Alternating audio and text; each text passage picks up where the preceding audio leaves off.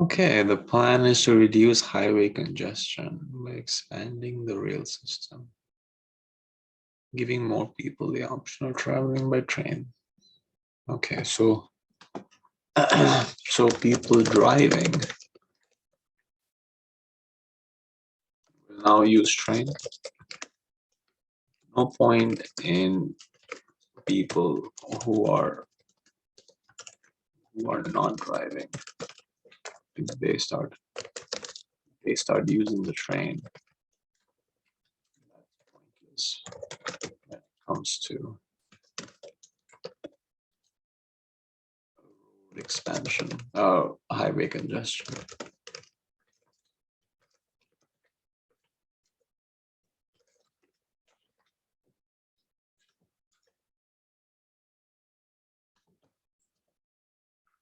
When the recent opinion poll presented this plan to residents, they overwhelmingly favored it, even though they knew that the plan would means.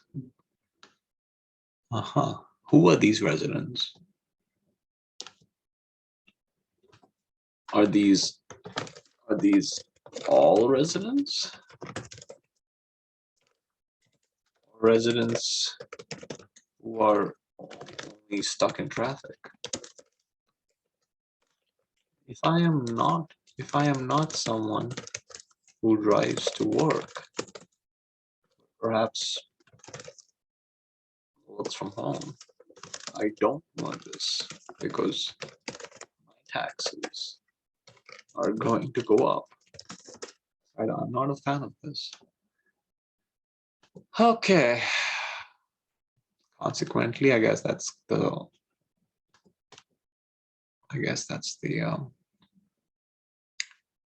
conclusion. The plan is likely to succeed. Why? Because people are, if the people are prepared to pay, they expect to reap the benefit. The inference made from the poll results is most vulnerable to criticism on the ground.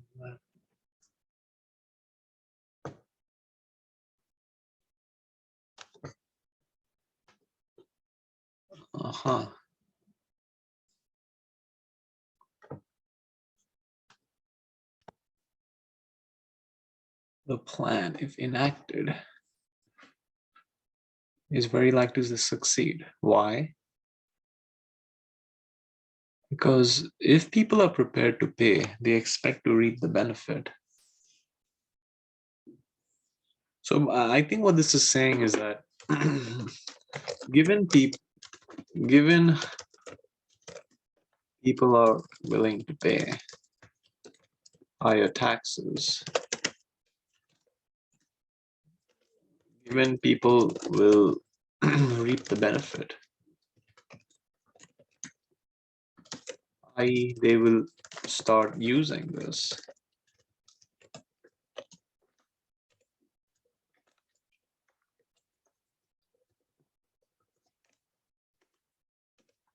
They will, this will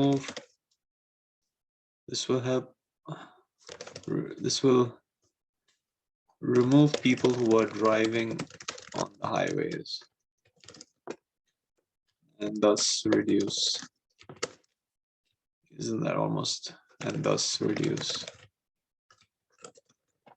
congestion. Isn't that what's going on here?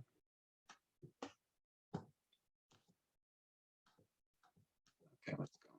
The inference made from the poll results is most vulnerable to criticism on the grounds that, well, who are these people who have taken this poll? Maybe it's a small poll. Who are these people who? Maybe it's a small poll. What if poll was done by people? Well,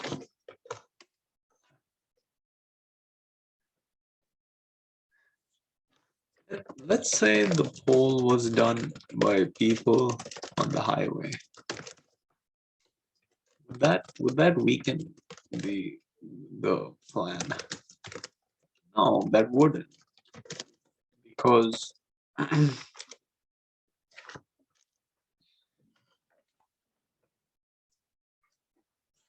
because then people who drive on the highway are likely to switch to rail. So weakener is maybe it's a small pole. Maybe it's a pole done by people who are not drivers. People who work from home. Something that's what I'm kind of looking for. Anyway, let's say it overlooks the possibility that once the highways are consistently uncongested, some commuters might have no motivation. Well, even if it, okay, maybe, but what's wrong with the opinion poll? I mean, what's wrong with the opinion poll in terms of achieving its goal, remove congestion? Yeah, I don't think he is right. I mean, once it's uncongested, who cares? I could argue that the poll did work because it solved the problem.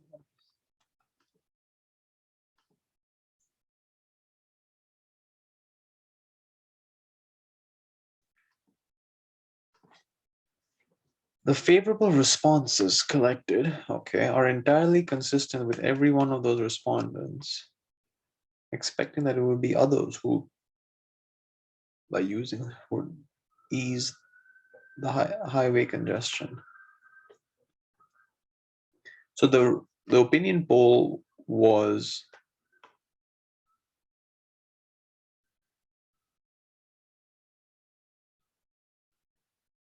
the people who responded were folks who said others will use.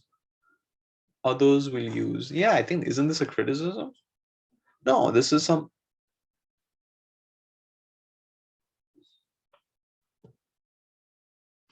Yeah, I think this is a criticism, because if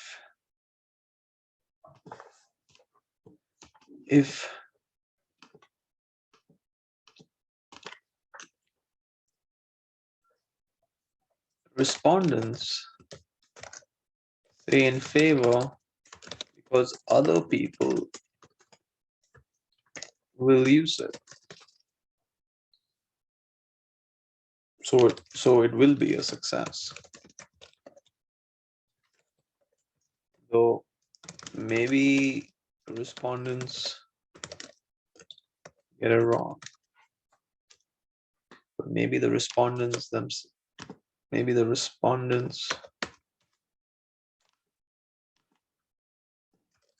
are wrong to assume that. Respondents say in favor.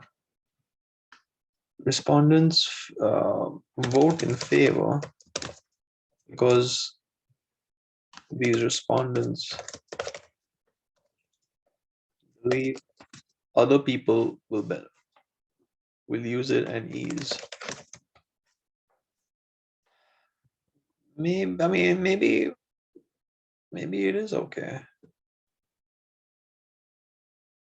So if I'm responding to the poll thinking that my friend will probably be the one who makes the switch, and thereby it will help because my friend drives on the highway, is this something that's a criticism? Maybe, maybe not, because maybe I don't think there's anything wrong with responding on behalf of my brother, for example. And my brother is the one who's using the highway. So my brother is not a respondent in the poll. I am, but I'm just polling on behalf of my brother. But I would agree. What if JD is wrong about his brother making that switch? Now, my brother is the one on the highway.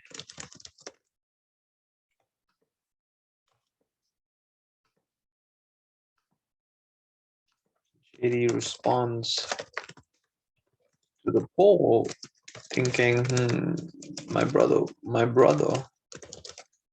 will definitely agree to it.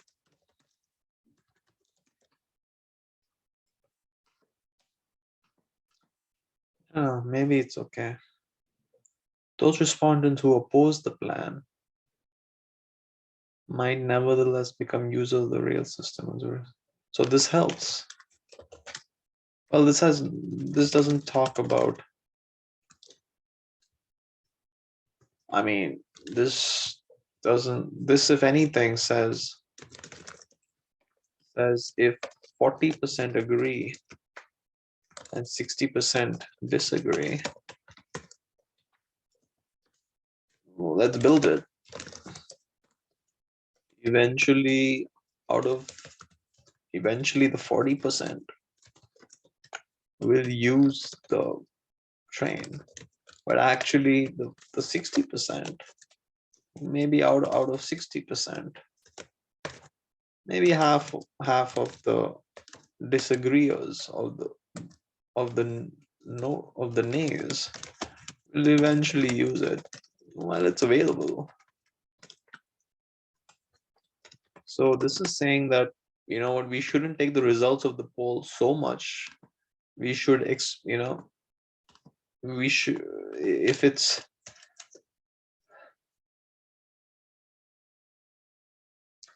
right, the poll said overwhelmed, so 80% said yes and 20% said no. In reality, the 80% will switch, but the half of the 20%ers of the nails will come over. So in fact, the poll extrapolated should be 85 yes, 15% no. This strengthens. Those respondents who oppose the plan might oppose it for a reason other than the tax required to carry it out. Well, even if they did,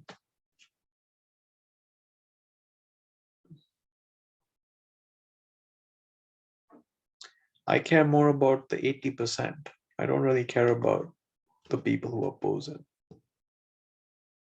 Are likely to overestimate the tax increase they themselves. Well, if they're likely to overestimate, isn't that a good thing? That means, is there anything?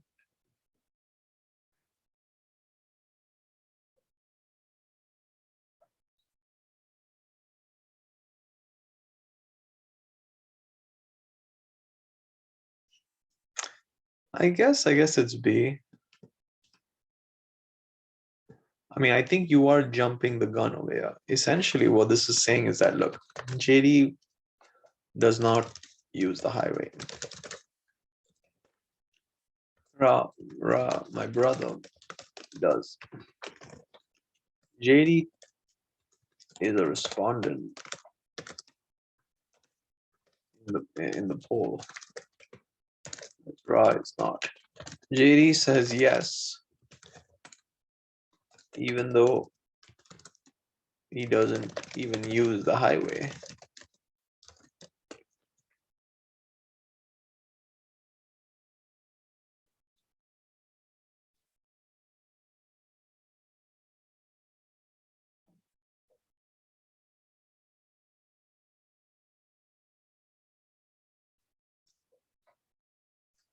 He's still saying yes, because he knows Ra, if he was a respondent, Ra would say yes.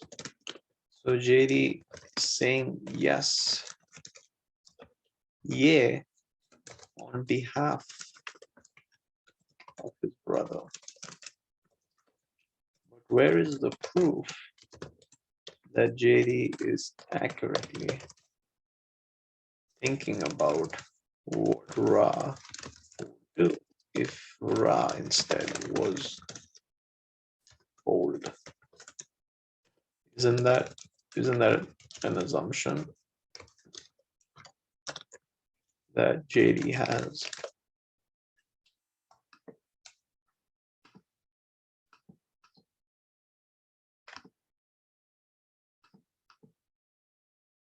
I think it's B. Maybe I'm wrong.